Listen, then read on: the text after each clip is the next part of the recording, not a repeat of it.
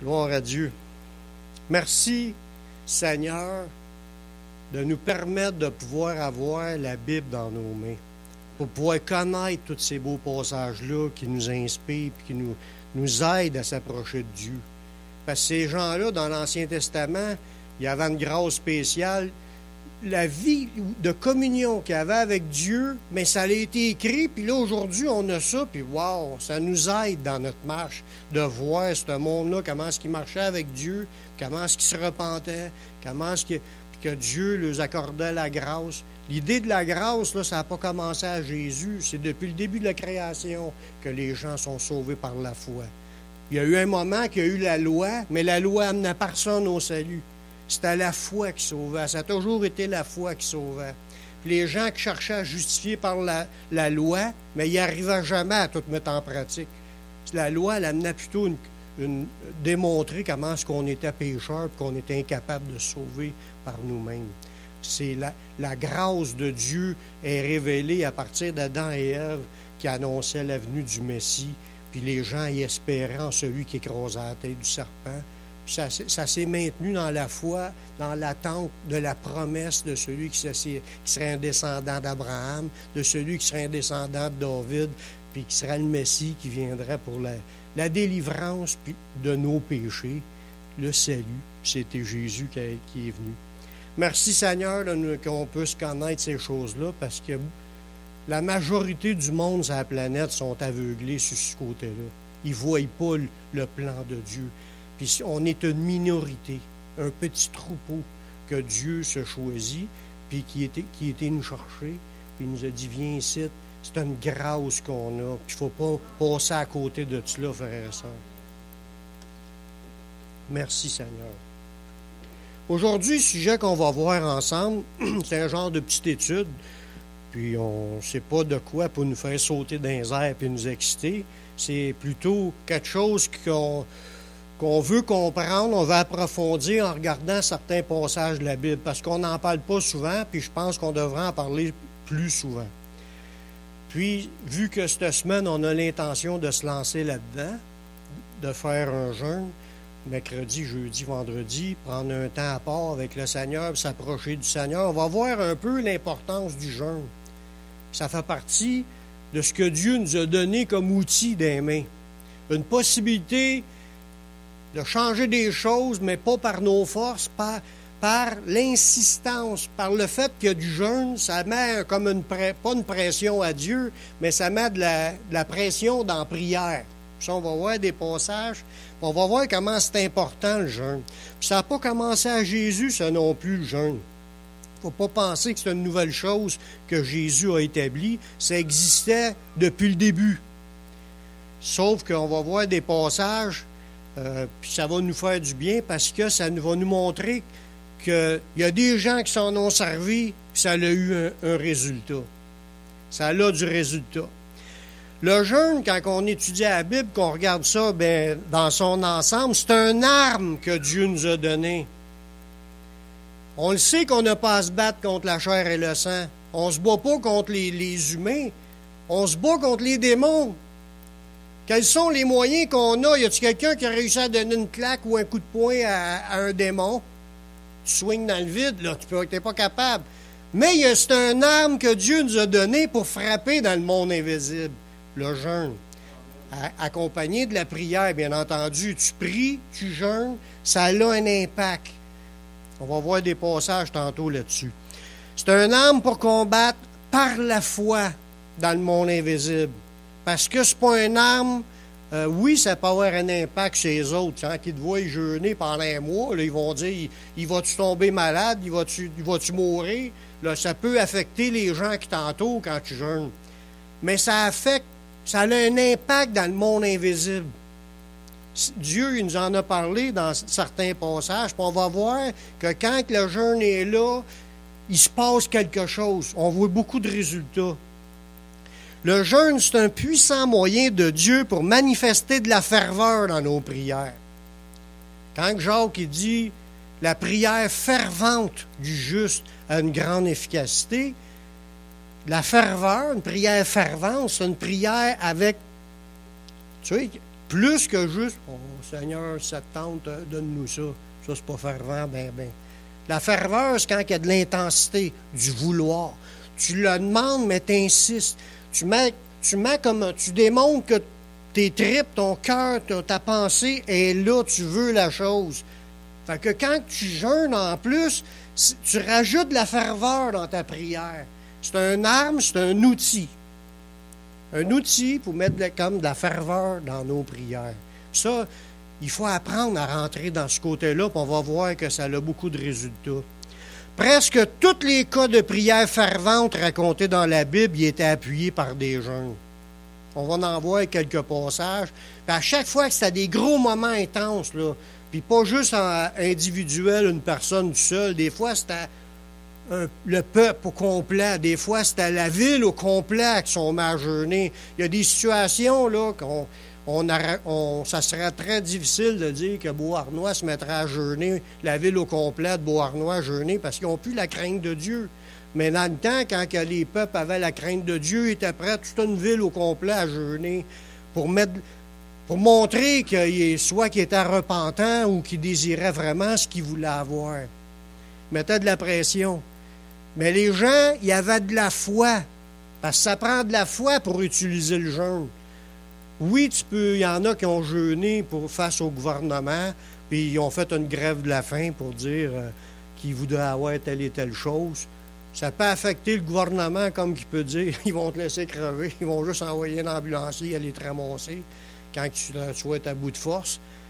Ça a un impact plus ou moins. Mais dans le monde invisible, ça a de l'impact. On va voir comment Jésus en a parlé tantôt. On va le voir tantôt. Il n'a pas parlé tantôt, il en a parlé il y a 2000 ans. Tous les disciples affermis, les disciples matures, parce qu'on a parlé pas mal avant les fêtes, la maturité dans le Seigneur. Puis quand tu as une croissance, tu es à la stature de Jésus. Là, mais tous les disciples affermis, Jésus l'a dit, tout disciple affermi sera comme son maître. Mais pour arriver à ce degré d'affermissement, pour être à la stature de Jésus, à être un homme de Dieu, mais tous les disciples affermis comprennent et utilisent le jeûne fréquemment.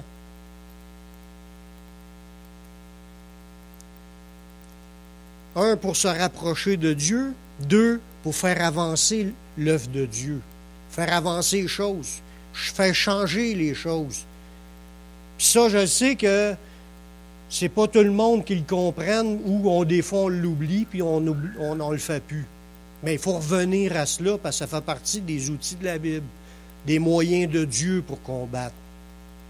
Dans le dictionnaire biblique, le jeûne, ça dit que c'est un exercice volontaire, puis religieux, bien entendu. Le jeûne, c'est une abstinence. C'est ça qui est le sens du jeûne. C'est s'abstenir de quelque chose ou du manger complet, de ne pas manger ou de ne pas boire, ou les deux, de s'abstenir de choses volontairement, mais pour la foi. Dans le principe, là, c'est pas les choses religieuses. Tu jeûnes face à Dieu, sachant que c'est dans le monde invisible, Dieu te voit, puis Dieu sait que tu jeûnes pour ajouter de la ferveur dans ta prière. Fait qu'il y a un combat qui se fait à cause de cela. Une pression, pas presser Dieu, mais ça a de l'importance, notre ferveur, quand on prie, et qu'on prie avec ferveur. Jacques, c'est pas pour rien qu'il a dit que la prière fervente du juste a une grande efficacité. Si on veut voir de l'efficacité dans nos prières, il faut apprendre à avoir de la ferveur. Le jeûne public dans l'Ancien Testament, c'était prescrit dans la loi de Moïse, puis c'était observé. À tous les ans, il y avait le grand jour de l'expiation en automne, puis le monde jeûnait. C'était une période de jeûne, puis il faisait tout le peuple juif le font encore. Tous ceux qui sont croyants, là, qui marchent encore dans les principes de la loi de Moïse, pratiquent encore la fête de jeûner, c'est la fête de l'expiation en automne. Ça fait partie des rituels dans l'Ancien Testament. Mais dans la Bible, c'était utilisé avant que la loi soit là, puis c'était utilisé même après dans le temps de Jésus. Le jeûne sert premièrement à ce que l'on soit entendu d'en haut quand on prie. Parce que, il faut l'avouer, des fois, nos prières ne montent pas. Ça ricoche. Ils ont tellement peu de foi, tellement peu de ferveur, tellement peu de désir. On prie pour prier. On ne se rappelle même plus pourquoi on a prié. Des fois, c'est machinalement. Comment est-ce qu'on a vu des prières qui étaient comme des récitations? Le monde récite, puis il répète, il récite des prières prises par cœur, mais sans aucun... Le cœur n'y est pas. Mais des prières comme cela, ça n'a aucune efficacité. Mais quand tu sais pourquoi tu pries, puis tu pries parce que tu veux vraiment la chose, puis en plus tu rajoutes du jeûne, ça t'aide, ça va faire avancer, ça va avoir de l'impact dans les lieux célestes. La prière sert à accompagner nos jeûnes. Dans Isaïe 58, le verset 4, ce passage-là, Isaïe 58, au complet, parle du jeûne. Le jeûne auquel Dieu prend plaisir. Puis dans cela, il ne parle pas juste de l'abstinence de nourriture. Le chapitre 58, il va dire aussi qu'il y a un mode de vie aussi qui doit être accompagné cette journée-là pour que tu sois entendu de Dieu. Parce qu'il y a des gens qui jeûnaient, mais ils frappaient du poing son voisin. Ils se mettaient en colère, puis ils se battaient avec les autres parce qu'ils ne faisaient pas attention à leur vie, de vivre dans l'amour avec les... Là, Dieu, il parlait au peuple juif dans ce temps-là, dans Isaïe 58, mais c'est que le monde était capable de se priver de manger cette journée-là pour s'approcher de Dieu, puis en même temps, dans la même journée, il est capable de pogner des chicanes avec les autres, puis se battre avec les autres. Puis Dieu dit, dans ce jour-là, un jour de jeûne, pour qu'il soit acceptable, il y a un certain mode de vie que les gens doivent avoir, un mode de vie d'amour, de paix, de pardon, tu sais, vous irez lire le verset, le chapitre au complet chez vous. Moi, je ne le lis pas aujourd'hui, je vais juste vous lire un bout du verset 4. Dieu, il dit, vous jeûnez pour disputer et vous querellez, pour frapper méchamment du poing. Vous ne jeûnez pas comme le veut ce jour. Parce que quand c'est un jour de jeûne, Dieu s'attend à ce que tu jeûnes de la bonne façon. Le fait d'être en jeûne, c'est comme un jour important, un jour qu'on devrait faire attention. Ce jour-là veut un mode de vie. Il dit, vous ne jeûnez pas comme le veut ce jour pour que votre voix soit entendue d'en haut. Ça veut dire que quand tu pries puis tu jeûnes, cette journée-là devant Dieu est importante. Puis c'est une journée que tu peux être entendu d'en haut. Ça veut dire que Dieu, il va avoir ses oreilles attentives à tes prières, ses regards sur toi. Il va vouloir te répondre. Parce que tu jeûnes de la bonne façon. C'est ça qui est le point qu'il faut remarquer. Le jeûne puis la prière est à demander par Dieu. Dieu s'attend à ce qu'on prie et on jeûne, afin qu'on, comme dans une situation que je vais mentionner, qu'on retourne à lui avec un cœur sincère. Surtout quand on s'est égaré du Seigneur. On s'est éloigné du Seigneur, on n'a plus la relation proche, on se sent loin du Seigneur. Mais Dieu, on va voir dans Joël, le chapitre 2, le verset 12, ça nous dit que de revenir à lui avec des prières puis des jeûnes. Ça nous dit, maintenant encore, dit l'Éternel, revenez à moi de tout votre cœur avec des jeûnes et avec des pleurs puis des lamentations. Voyez-vous, c'est quoi une prière efficace? Prière, pleurs, lamentation, jeûne. Revenir à Dieu de tout notre cœur. Dieu s'attend, c'est lui qui a dit ça, revenez à moi avec ça. Ça veut dire que quand Dieu voit quelqu'un réellement que son cœur il est là, c'est un gars qui est en prière, il est dans le jeûne, puis il pleure devant Dieu, ça fait plaisir à Dieu. Il voit qu'on est repentant. Le jeûne a de l'importance, frères et sœurs. Ça fait longtemps, cela, dans Joël, c'est dans l'Ancien Testament. L'idée de cela, du jeûne, Dieu trouve ça important quand on jeûne. On va regarder quelques exemples bibliques, des exemples dans la Bible qui parlent de personnes qui ont jeûné. Le premier passage qu'on va aller voir, c'est dans Jonas au chapitre 3, à partir du verset 5. Tout le monde connaît l'histoire de Jonas. Jonas est un prophète de Dieu. Dieu lui a dit, tu vas aller à Nénive, puis tu vas aller le dire que dans 40 jours, je détruis Nénive. Parce que la ville, c'est une grosse ville, là. Des milliers d'habitants, là, bien plus gros que Beauharnois, puis Châteauguay, bien plus gros. Du monde qui était même pas des Juifs, mais qui marchait dans la méchanceté, puis que Dieu, là, il en avait jusque-là, là.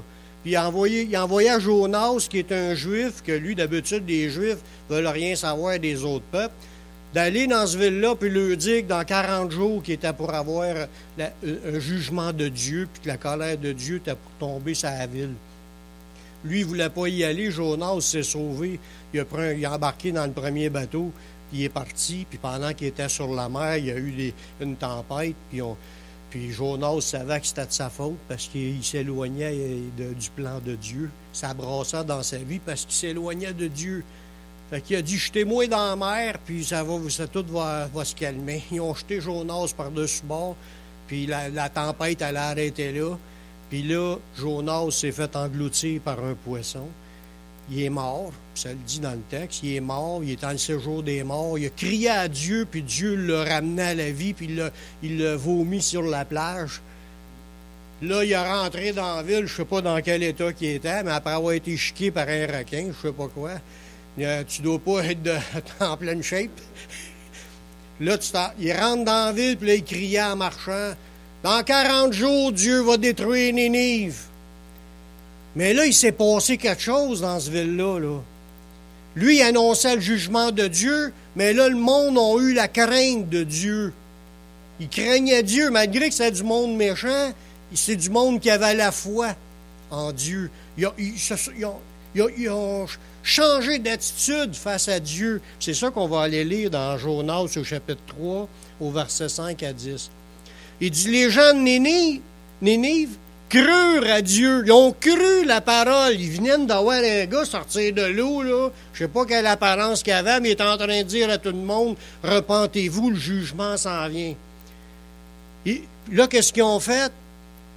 Ils publièrent un jeûne dans ce ville-là. C'est ça qui est fort. On parle de jeûne, là, mais ils ont publié un jeûne. Ils se revêtirent de sacs, depuis les plus grands jusqu'aux plus petits. La chose parvint au roi de Nénive, parce que dans ce temps-là, un roi régnait sur une ville. Comme un maire, mais avec plus d'autorité. La chose parvint au roi de Nénive, il se leva de son trône, il ôta son manteau, il se couvrit d'un sac, puis il s'assit dans la cendre. Dans ce temps-là, quand il jeûnait, il prenait le sac et la cendre. C'est qu'il enlevait le linge, puis il mettait comme juste une poche de jute sur eux autres, puis il se couchait dans la cendre, dans la poussière. Il se roulait dans la poussière pour montrer qu'il n'était que poussière. C'était leur manière de jeûner, de s'humilier devant Dieu. Fait que le roi, quand il a entendu que Dieu était pour détruire la ville, il a fait la même chose que les autres, puis il s'est repenti. Bien, il s'est tourné dans la poussière. Au verset 7, il fit faire dans Nénive cette publication, par ordre du roi et de ses grands, que les hommes, les bêtes, les bœufs, les brebis ne goûtent rien, ne pèsent rien et ne boivent point d'eau. Que les hommes et les bêtes soient couverts de sacs, qu'ils crient à Dieu avec force, et qu'ils reviennent tous de leur mauvaise voie et des actes violents, des actes de violence dont leurs mains sont coupables. Qui sait si Dieu ne reviendra pas et ne se repentira pas et s'il ne renonce pas à son ardente colère, en sorte que nous ne périssions point. Puis là, Dieu vit qu'il agissait ainsi et qu'il revenait de leur mauvaise voie. Alors Dieu se repentit du mal qu'il avait résolu de leur faire. Il ne leur fit pas. Wow! Il ne leur fit pas. Puis c'est ça qu'il faut regarder aujourd'hui, comment est-ce que Dieu tient compte des gens qui jeûnent. Même si c'est des gens extrêmement méchants, s'ils jeûnent puis ils crient à l'Éternel en demandant pardon au Seigneur, Dieu va lui pardonner. Dieu ne fera pas le jugement sur eux autres. C'est ce qui est arrivé dans cette ville-là. C'est là qu'on voit comment est-ce que le jeûne, c'était connu. Ça, on parle de Jonas, ça, C'est bien avant Jésus, là, des centaines d'années bien avant Jésus, puis le monde, non, du monde païen savait c'était à quoi jeûner, puis il jeûnait pour avoir comme une faveur de Dieu. Là, c'était pour être épargné du jugement. On voit que Dieu, il agrée les gens qui s'humilient devant lui. Le jeûne, ça fait partie de s'humilier devant Dieu, se priver devant Dieu, dans le but de mettre de la ferveur dans nos prières. Un autre passage, un autre bel petit exemple, c'est Daniel. Dans Daniel au chapitre 9, le verset 2 et 3. Comment est-ce que Daniel croyait en prière? Bien entendu, Daniel, ça nous dit qu'il priait 3 fois par jour. Matin, midi, soir, il prenait du temps dans la prière, puis il lisait la parole de Dieu, puis il cherchait à comprendre les prophéties de la parole de Dieu, des livres, des prophètes qu'il avait dans ses mains. Puis dans la période de Daniel, le peuple d'Israël avait été déporté à Babylone. Il était esclave à Babylone. Il était comme des prisonniers à Babylone. Le peuple d'Israël, il était pris là, puis il ne savait pas pour combien de temps qu'il était pour vivre là. Puis là, ceux qui l'ont lu un peu avec l'histoire de Nebuchadnezzar, il est venu, puis il a ramassé tout le monde, puis il les a emmenés, il les a déportés à Babylone. Puis Daniel, pendant qu'il était à Babylone, il scrutait les écrits de la parole de Dieu. Puis il a tombé sur un passage du prophète Jérémie, puis il y a eu des révélations. Dans Daniel chapitre 9, le verset 2 et 3. Il dit, la première année de son règne, moi, Daniel, je vis par les livres qu'il devait s'écouler 70 ans pour les ruines de Jérusalem. Il vit par les livres.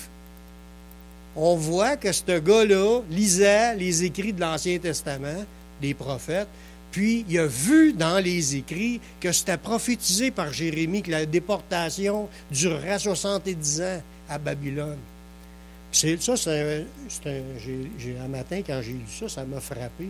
Ça m'a montré comment c'est important de lire la Bible pour connaître les signes des temps, connaître les promesses de Dieu, connaître ce que Dieu nous a déjà révélé sur les choses qui doivent arriver. Lui, quand il s'en est aperçu, il y a une révélation sur quelque chose qui est en train de vivre. Tout le peuple sont déportés, puis il a vu dans les écrits que c'était pour 70 ans.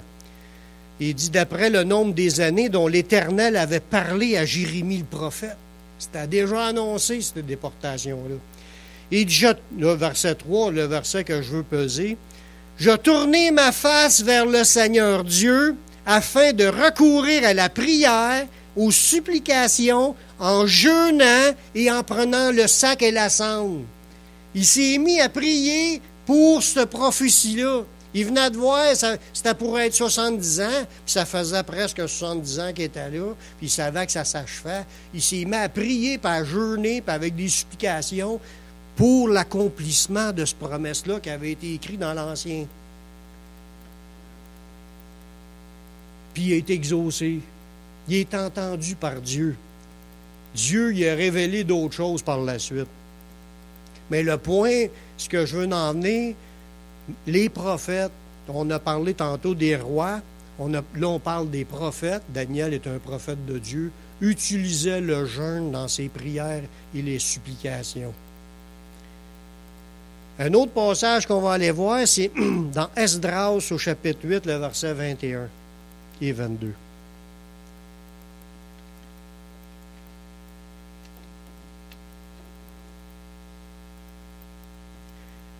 Dans ce passage-là, ça nous parle que la prière et le jeûne étaient aussi utilisés pour demander de la protection à Dieu. Dans ce contexte-là, c'est encore suite à la déportation de Babylone. Là, le roi Cyrus, parce que c'était plus Babylone qui régnait, c'était Cyrus, le roi des Mèdes et des Perses. Si ma mémoire est fidèle, là, je ne l'ai pas écrit, mais c'était un autre roi qui a renversé le roi de Babylone. Puis là, ce roi des Mèdes et les Perses-là a réaccordé aux Juifs de pouvoir retourner à Jérusalem, puis de rebâtir la muraille, rebâtir la ville tranquillement. Puis il leur a donné... Oui, mais c'était sérieux, je pense, qui était dans cette période-là. Puis, il y a eu la permission, il y a eu aussi, mais qui était pour être accordé tout le stock qu'il a besoin là-bas pour faire ça, sauf que les gens qui étaient autour de Jérusalem, il y avait plein de méchants qui étaient là. Imaginez, comme certains pays présentement, qu'ils sont gérés par d'autres pays, puis que là, c'est le désordre complet, là, puis l'anarchie dans le pays, puis là, tout le monde s'entretue quasiment. Là. Ça serait épeurant d'aller vivre dans un pays de même. Surtout si toi, t'arrives là, puis t'es dans ceux qui sont persécutés. Les Juifs étaient les persécutés. Là, il est renvoyé avec la lettre qui lui donnait la permission, mais il y avait un long voyage à faire parmi les peuples là, pour se rendre jusqu'à Jérusalem, puis se remettre à travailler là, puis on le voit dans lisant le livre qu'ils ont eu de l'opposition. Mais le point est, qu'est-ce que Esdras a fait quand il a eu la permission? Puis là, il partait en voyage pour retourner à Jérusalem, puis de commencer à rebâtir. Esdras, chapitre 8, le verset 21 et 22.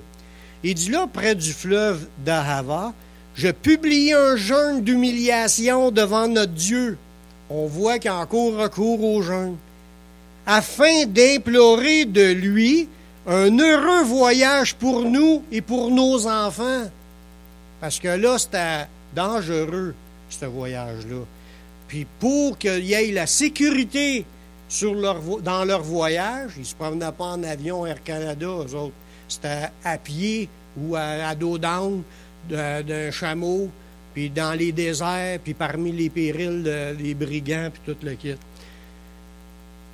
Il dit, là, on a imploré Dieu, un jeûne d'humiliation devant Dieu pour lui implorer qu'on ait un heureux voyage pour nous et nos enfants et pour tout ce qui nous appartenait. Il dit, j'aurais eu de la honte de demander au roi une escorte puis des cavaliers pour nous protéger contre l'ennemi. Il était trop gêné de demander de la protection au roi. Il dit, nous autres, on marche par la foi, on s'en va là pour notre Dieu. Fait qu'il il s'est dit, je suis trop gêné de demander une escorte, mais on va jeûner puis prier pour que Dieu soit avec nous, puis il nous accompagne dans notre voyage, puis il nous fait réussir où ce qu'on s'en va. Car nous avons dit au roi, la main de notre Dieu est pour leur bien et pour tous ceux qui le cherchent, mais la force et sa colère sont contre tous ceux qui l'abandonnent.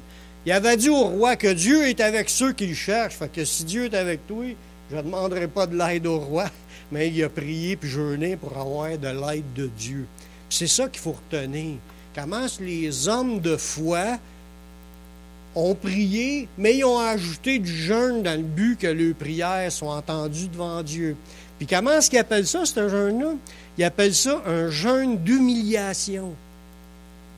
On voit que le jeûne, comment ça rendait les gens à s'humilier devant Dieu, parce qu'ils ne faisaient pas juste se priver, ils mettaient un sac sur le dos puis ils se roulaient dans la poussière aussi. Ils prenaient le sac et la cendre. Un autre passage, un beau passage, dans le psaume 35, le verset 13 et 14, ça nous parle de David, le roi David, qui est un prophète de Dieu, puis c'est un homme de prière. C'est un homme qui aimait louer Dieu. Il en est composé des chants. Puis il était même luthier qui créait des instruments de musique. Son cœur était à Dieu. Puis on voit qu'il utilisait le jeûne, lui, avec. Dans le psaume 35, les versets 13 et 14, il jeûnait quand il voyait qu'un de ses amis était malade. Il nous dit au verset 13, c'est David qui parle, « Et moi, quand ils étaient malades, je revêtais un sac, j'humiliais mon âme et par le jeûne. Je priais la tête penchée sur mon sein, comme pour un ami, pour un frère. Je me traînais lentement, comme pour le deuil d'une mère. Je me courbais avec tristesse. » On voit comment il faisait le jeûne. C'était pas un moment d'excitation, c'était un moment d'humiliation. Puis, tu sais, d'exemple qu'on voit là, du gars qui est dans le temple puis qui il s'humilie devant Dieu, soit apaisé au Dieu envers moi qui suis un homme pécheur, puis il ne regardait même pas en l'air. C'était un gars qui s'humiliait. Mais l'idée des jeunes dans ce temps-là, c'était comme cela.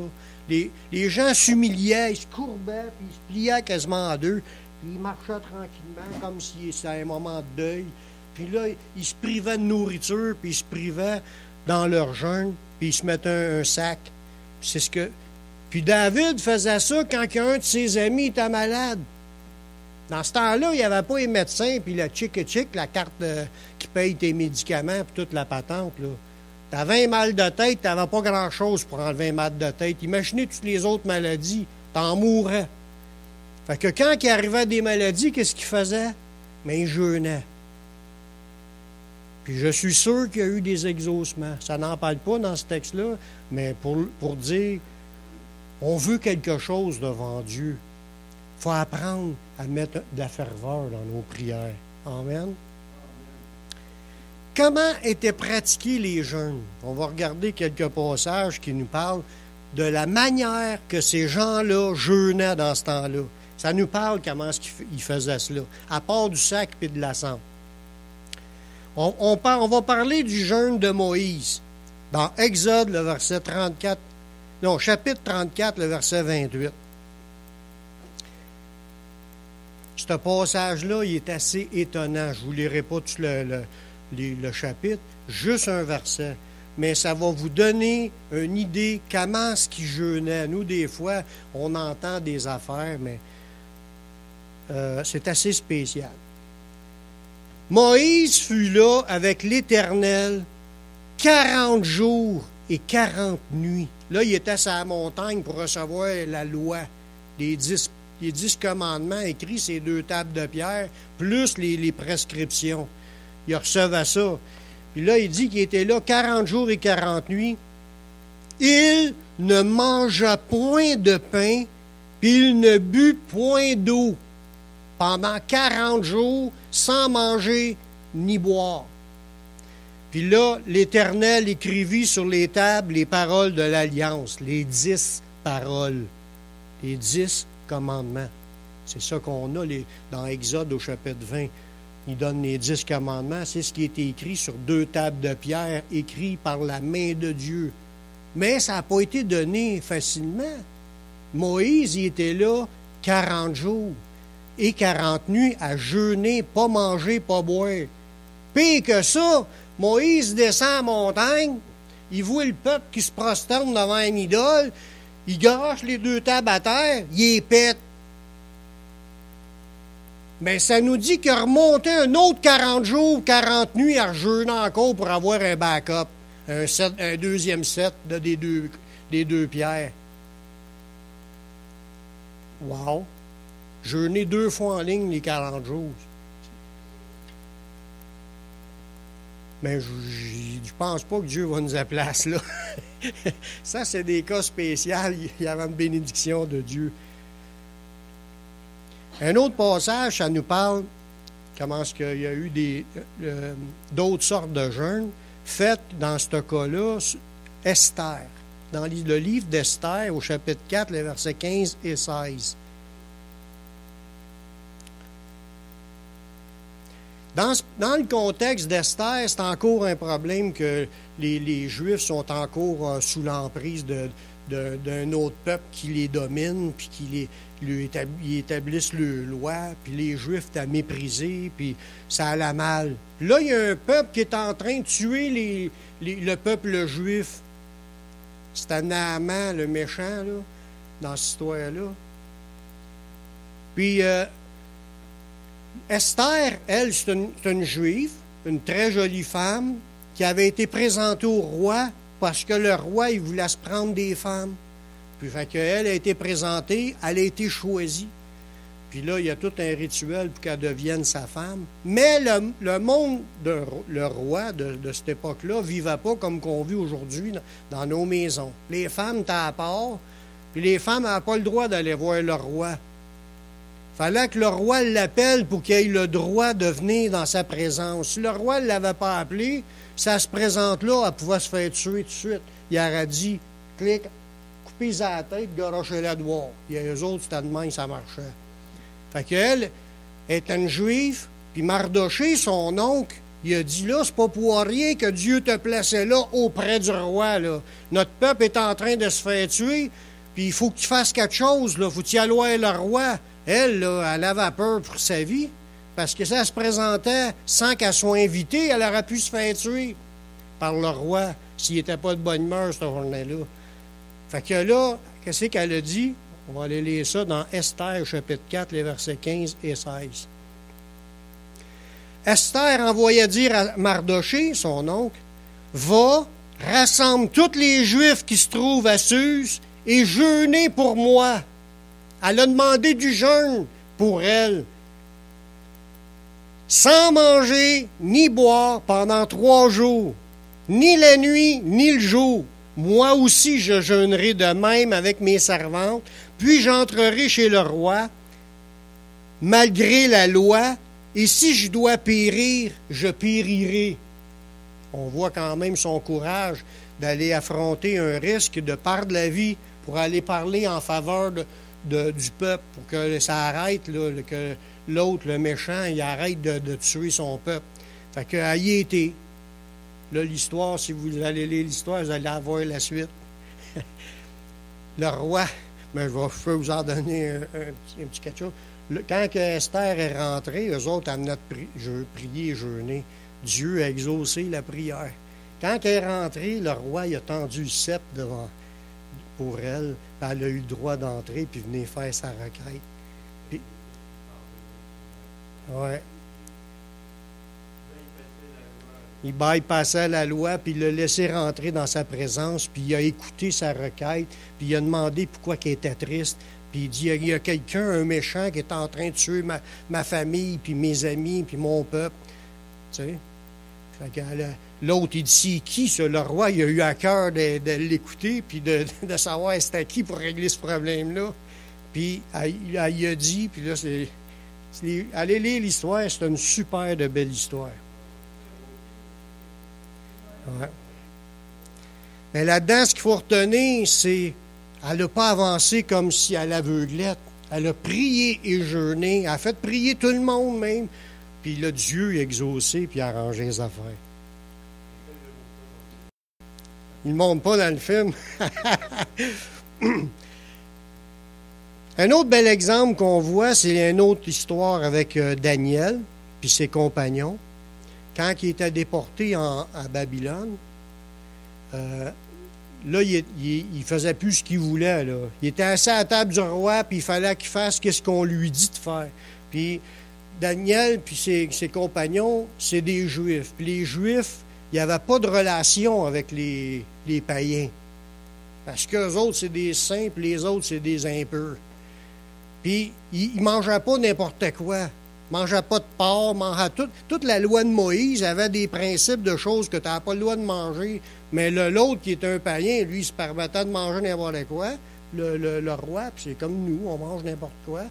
Puis, il dit à Shadrach, Meshach, puis Abednego, puis Daniel, il leur a dit, vous allez manger de ce qu'il y a à ma table. Eux autres, ils ne voulaient pas parce qu'ils ne voulaient pas manger des choses impures que Dieu défend dans la parole. Puis quand que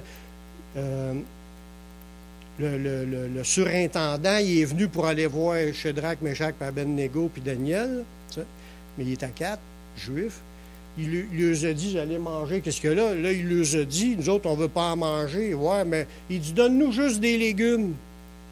C'est dans ce passage-là qu'on voit ça. Je vais vous le lire, dans Daniel chapitre 10, le verset 2 et 3. En ce temps-là, moi, Daniel, je fus 3 semaines dans le deuil. Oh non, c'est pas dans ce contexte-là, ce passage-là. C'est l'autre. Ça, c'est dans Daniel 1, le verset 8 et 9. Je me suis trompé de verset. Il résolut de ne pas souiller par les mets du roi et par le vin dont le roi buvait. Puis il pria le chef des eunuques de ne pas l'obliger à souiller. Puis Dieu fit trouver grâce à Daniel. Daniel a eu la faveur puis la grâce devant le chef des eunuques, puis il lui a accordé de ne pas manger du mets du roi. Mais ce que je veux en venir dans ce passage-là, c'est comment que ça peut arriver des situations où ce qu'on peut être obligé de se priver de ce qu'on aura droit pour obéir à Dieu, pour faire des choses que Dieu demande. Des fois, Dieu a demandé des affaires dans la parole, puis il nous demande de ne pas faire telle et telle chose, mais ça fait partie de ce qu'un disciple du Seigneur doit être prêt à faire, de se priver de ce qu'il aurait pu faire, mais qu'il ne le fait pas. Comment est-ce qu'un exemple?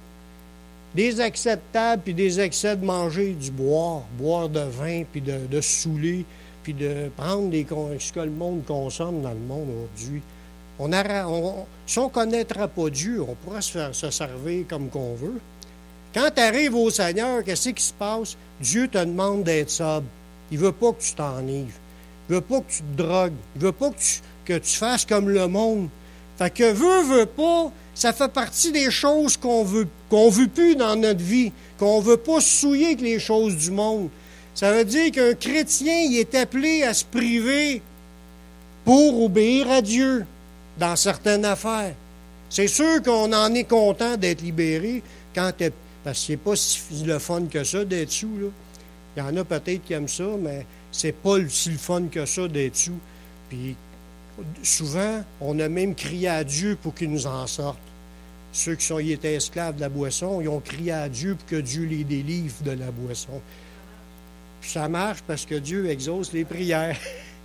Mais le point est, les chrétiens sont appelés à des privations pour Dieu, pour obéir à Dieu, comme eux autres ils ont fait. Ils ont choisi de ne pas se livrer à ces choses-là pour obéir à Dieu, puis ils ont eu la faveur de Dieu, puis le gars, il lui a accordé d'avoir juste les légumes pour ce moment-là. L'autre passage que je voulais vous parler, c'est quand Daniel il a eu des révélations encore sur les choses qui devaient arriver. Il était encore à Babylone, il était comme encore esclave ou assujetti ou plus libre. Il était comme prisonnier à Babylone. Il y a eu des révélations. Puis, on va voir une manière qu'ils ont jeûné aussi dans ce passage-là, dans Daniel chapitre 10, les versets 2 et 3.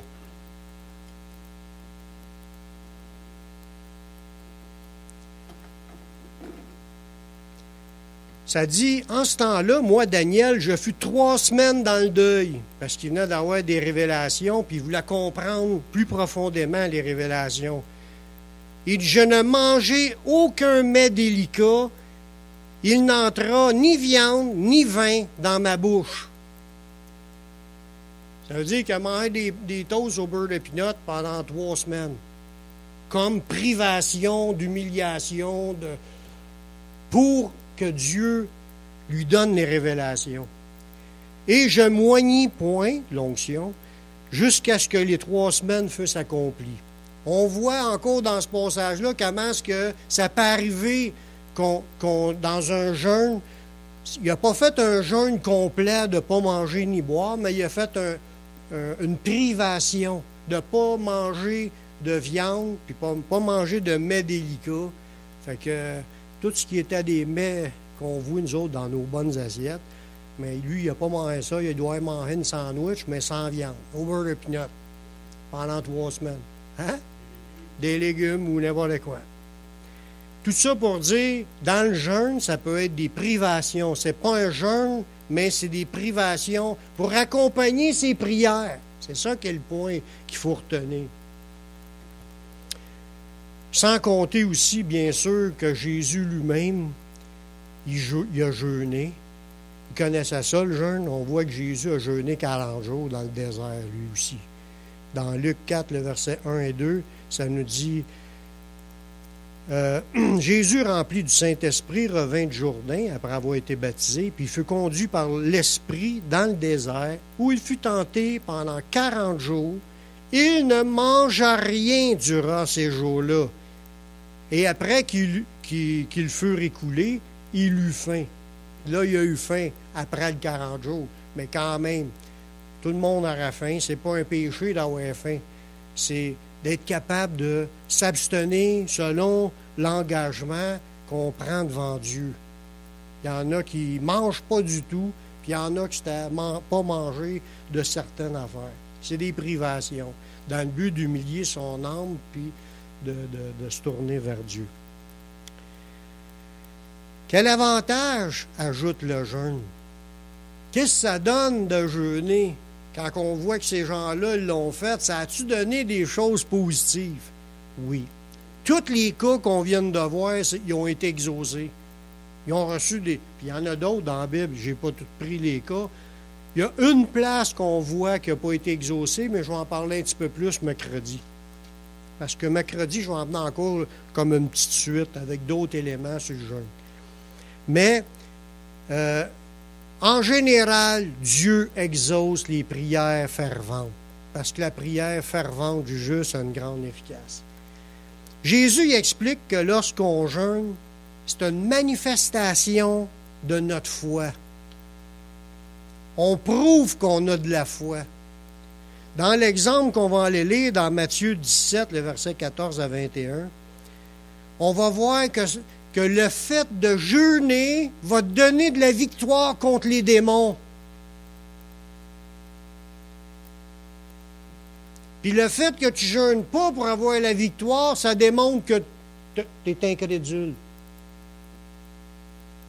Dans Matthieu 17, les versets 14 à 21.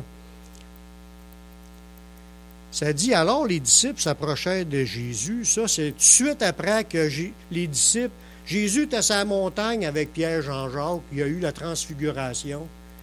Puis là, Jésus a descendu la montagne avec les 3 disciples. Les autres disciples étaient là, puis il y avait une foule. Puis il y avait un enfant qui avait un démon après lui, puis ils n'ont pas été capables de le délivrer. Là, les disciples allaient voir Jésus. Il dit, les disciples s'approchèrent de Jésus, puis lui dirent en particulier, « Pourquoi n'avons-nous pu chasser ce démon? » Jésus leur avait dit, un peu avant, « Je vous ai donné le pouvoir sur les puissances de l'ennemi, puis rien ne pourra vous nuire. J'ai donné le pouvoir de marcher sur les serpents, les scorpions et toute la puissance de l'ennemi. Rien ne pourra vous nuire. » Puis, ils n'ont pas été capables de le délivrer. Le disciple demande à Jésus, pourquoi qu'on n'a pas été capable de le délivrer? Jésus répond, c'est à cause de votre incrédulité. C'est à cause que vous n'avez pas la foi. C'est ça que Jésus est en train de dire. C'est à cause que vous doutez, c'est à cause que vous n'êtes pas prêt à aller jusqu'au bout pour délivrer. Vous ne croyez pas que vous allez l'avoir, la victoire. C'est pour ça que vous baissez les bras avant que la délivrance complète soit faite. Jésus leur dit, je vous le dis en vérité, si vous aviez de la foi comme un grain de sénévé, vous diriez à cette montagne, transporte-toi d'ici, et elle se transporterait, puis rien ne vous serait impossible. C'est fort. Puis là, il rajoute, cette sorte de démon ne sort que par la prière et par le jeûne. On voit dans ce passage-là comment c'est important de jeûner quand on voit que les choses n'avancent pas comme que ça serait supposé. Souvent, on va baisser les bras, puis j'ai prié 2 fois, 3 fois, puis ça n'a pas marché, puis là, on est découragé, on arrête. Il ne faut pas arrêter. Il faut continuer à combattre, il faut jeûner. Puis jusqu'à quand il faut continuer à combattre? Jusqu'à temps que la guérison ou la délivrance est arrivée.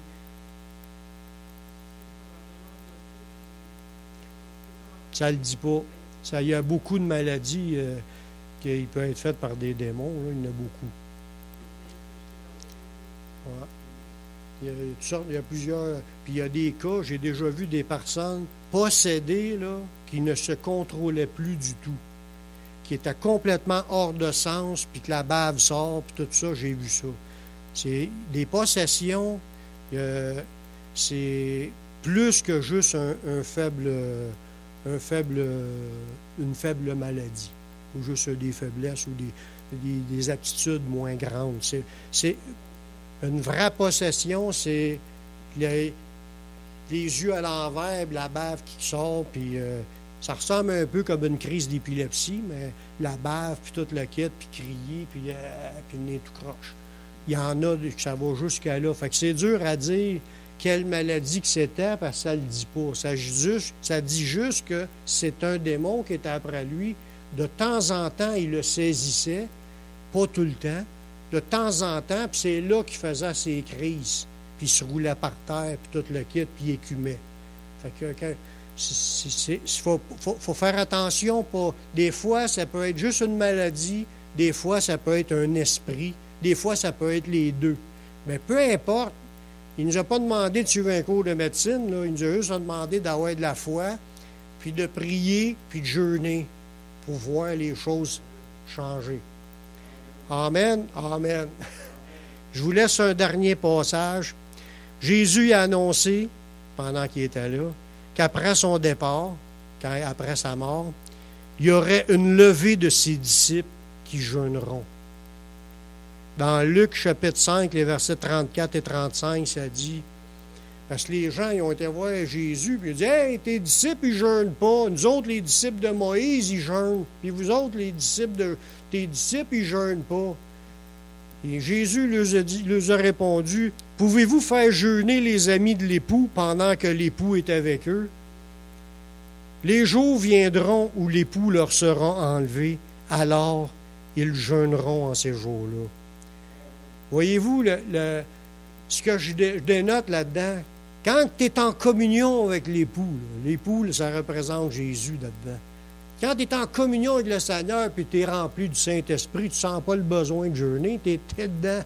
C'est surtout quand que tu ne le sens plus, quand il est séparé. Ta vie commence à dessécher, c'est le temps de jeûner pour retrouver le contact. Il dit, pendant que je te cite sur la terre, là, ils n'ont pas besoin de jeûner, ils sont avec moi. Il dit, un jour, je vais monter, je vais partir, puis là, ils vont se mettre à jeûner. Puis ça, c'est une idée pour dire que des disciples de Jésus, ça jeûne. Amen.